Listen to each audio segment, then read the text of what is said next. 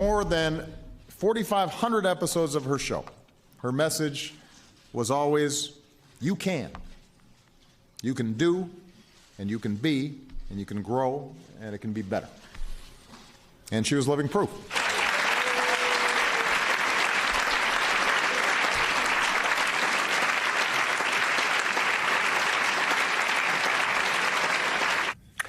Oprah night on the campaign trail, and we're joined by Rutgers professor Brittany Cooper and the Nation's Joan Walsh, two of our longtime beat analysts, as we are here in the home stretch. Joan, we looked back at what Oprah represents because you could easily forget the sort of singular role she played for decades and why Obama, now the Harris campaign, value her so much. Right. She really did introduce the country to new kinds of issues and introduced a kind of compassion on so many levels that I think is very important. And, you know, she had a very she has had a very multiracial audience. And so this is exciting. Her speech was great. Barack Obama told the truth when he said he was the third best speaker that night.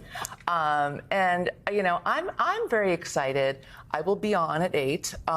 You know, I'm excited to see the additive properties of all of these groups, because it's not just Oprah and the vice president. They're trying to bring in win with black women, win with black men, white women answer the call, white dudes for Harris, comics for Harris, deadheads for Harris. There's something really, you know, we talk about joy in terms of her pitch. There's something kind of joyous about people showing up in all of their different guises, because you could be, you know, win with black women and a deadhead. I'm just going to go there. That could happen, right? Happen. You know, and so people can do multiple things. You could be, you know, black men for Harris and also chefs for Harris. And I've seen, you know, in the beginning, I was like obsessed with this whole diversifying, you know, thing on Zoom. And I would just tune in because it was fun. Yeah. And so I'm really excited to see, you know, who's there tonight and what the pitch is. Yeah. Yeah, you know, I think a couple of things are going on. So the Trump campaign has been trying to bait Harris around her racial identity, and so she's, you know, been very delicate about how she's handled it. But now she's bringing all the black women heavy hitters to the party. And one of the things that Oprah does is exactly the thing Joan talked about, which is to remind the American public that they've actually been trusting a black woman to lead them, to guide them for many decades at this point. Oprah was the conscience of the country for so many different groups of people. I grew up in a house watching Oprah. My mother loved Oprah. And so Oprah, then the proximity to Oprah reminds folks that you can trust black women to actually lead. I also think this is a triumph for the Win with Black Women organizing team that has been organizing for 4 years around black women. And I do think an argument is being made about the dawning of black women's political power collectively. So Kamala isn't talking about her blackness in a particular way, but she's showing what it looks like, that it can be a big tent coalition building fact of her life, that she is trying to usher in this idea of multicultural, multiracial democracy. And the last thing that is really important is one of the things the Barack Obama campaign did really well was they innovated on technology at the time. They used email and social media to organize. She's now a new innovation in a space that doesn't seem like there's a lot of room for innovation, because who knew that the Zooms that we all hated after the COVID era would become so central to our sense of community and citizenship and the ability to build a new democracy in this moment. And so she has really showed us again and again that when we are making moves forward as a country, whether it's King capitalizing on the new technology of television during civil rights or Obama doing it with the internet, these mass Zoom calls actually are a new moment in the use of technology to move democracy forward. Yeah, and that something we've covered a lot is how every aspect of politics and civic life operates within the technology, as you put it, in the culture of that period. And so people are communicating different ways, and the campaign's been shrewd about that. Obviously, 15 years ago, if you had Oprah, you would have done what they call a TV town hall. Right. But they think through, as I mentioned, YouTube and other things, they're going to get their own version of this in the way they want as a campaign rally. So it's not journalistic, right? It's not with an independent moderator.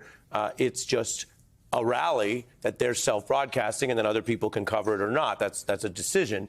As for culture, you know, Mr. Lamar said earlier this year, it's not just me. I'm what the culture feeling. That's right. And the culture was ahead of politics in saying not only do they not like, people don't like Trump, not like us, but a lot of people thought Biden wasn't up to it. It took the elites and the Democratic Party longer. George Clooney, who has his own following like Oprah, was a big part of starting that conversation in the New York Times. Now he's recently spoken out about it in a press conference and then in an interview, which is interesting because that's how we got Harris. Take a look. The person who should be applauded is the president who did the most selfless thing that anybody's done since George Washington. And that's true.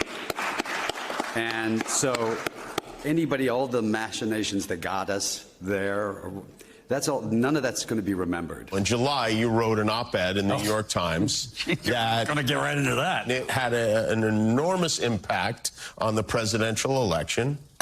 Right? The bottom line is that it's very hard to let go of power, and President Biden did something really extraordinary, really extraordinary. What do you see there in Biden? He picked Harris, just like he picked Justice Jackson. He initially clearly didn't want to go. We all saw that. Yeah. But he did something that Donald Trump has never done. And frankly, other people, Dianne Feinstein and others, did not do. He did listen and make that selfless act.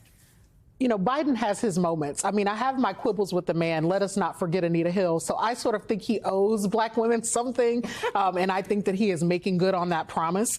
But it does bear noting that given that proximity to power, it is very uncommon for someone to have that level of access and to give it up and to put the country and the well-being of other folks over their own ambition. And I do think that it is one more way that the Democratic Party, at least in this moment, is winning the argument that, like, that other side, they're not like us, right? Yeah, and so I think that this is a black girl magic moment, to be quite honest with you. I think that this is the moment where we see that black women have been saving democracy over and over again. Black women showed in 2012 that they were going to be the critical difference in Obama being able to secure a second term. And then they have been doing this organizing so that we didn't repeat 2016. But it does bear noting that Joe Biden will go down in history as a president who has completely transformed the ability of this democracy to walk over the multicultural bridge together by being Barack Obama's number 2 and then naming and helping to train and create a pathway for a black woman. Yeah.